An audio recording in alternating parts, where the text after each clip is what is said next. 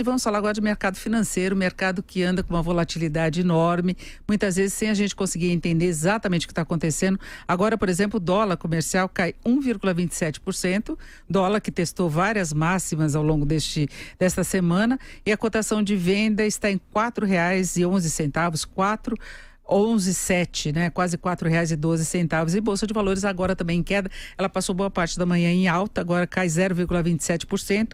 Nós estamos em contato com o Jefferson Latos, que é estrategista-chefe da Latos. Jefferson, boa tarde. Oi, Denise. Oi, Denise, boa tarde. Boa tarde. Vamos entender então essa queda toda do dólar de hoje. Quais seriam os motivos desta vez, Jefferson? Olha, um pouco é o cenário externo, né? O cenário externo está agindo de certa forma, uma certa cautela com o dólar aí, então a gente vê o dólar caindo, um pouco apreensivo com como vai ser a assinatura da parte 1 do acordo da guerra comercial, expectativas de como vai ser a votação amanhã sobre o Brexit, né? Se o parlamento britânico vai aceitar esse acordo fechado ou não, né? E internamente o dólar está pesando até um pouquinho mais do que outros emergentes, justamente devido ao Campos Neto, né? Ele deu uma declaração hoje dizendo que o câmbio do Brasil é flutuante e que, por isso, facilita bastante a oportunidade deles poderem atuarem quando necessário para prever liquidez para o mercado, né? Então, isso acabou pressionando um pouquinho mais o mercado e o dólar acabou ignorando bastante aí todo esse atrito que está acontecendo do governo, né, do presidente com o PSL, né? Porque na verdade nós tivemos algumas situações mais negativas, como esse atrito todo que mexe com a base do governo, não é só uma questão política, pode ter reflexos em votações no Congresso, e no exterior nós tivemos, por exemplo, o crescimento da China, que foi o pior desde 1992, é uma expansão de 6%, que para a gente parece muito, não é? Nós que estamos com menos de 1% ao ano, mas para eles é uma diferença, uma desaceleração importante. Então, em princípio, isso daí poderia provocar a reação inversa do mercado, né?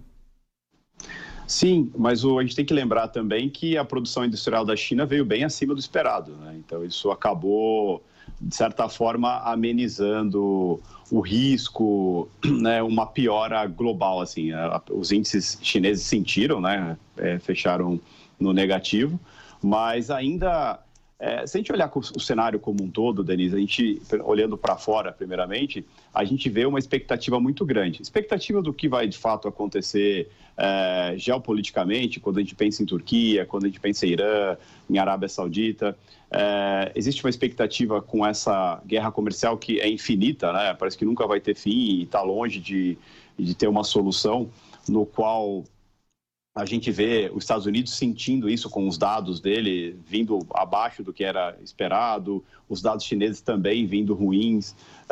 Quando a gente olha para a Europa, essa novela mexicana que é o Brexit, que nunca tem um fim, e é bem provável que no sábado também não se tenha uma solução referente à aprovação no Congresso britânico sobre esse acordo fechado. Aí a gente olha internamente aqui essa briga do PSL que pode estragar bem a base do governo, que já não é aquela base muito articulada, e sim atrapalhar bastante as próximas votações, inclusive mesmo até a votação da reforma da Previdência que está marcada para o dia 22.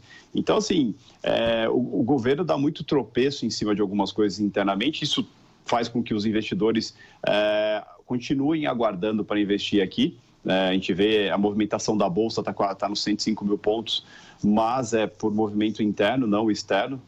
E isso, tudo que está acontecendo, tanto em outros países quanto internamente, faz os investidores esperarem. Então, em compasso de espera, esperando ter um horizonte para poder investir. E essa situação toda, inclusive em algumas incertezas em relação ao Brasil, provocou aí uma certa perda de fluxo de investimentos também, o que pressiona dólar e atrapalha um pouquinho a Bolsa, né?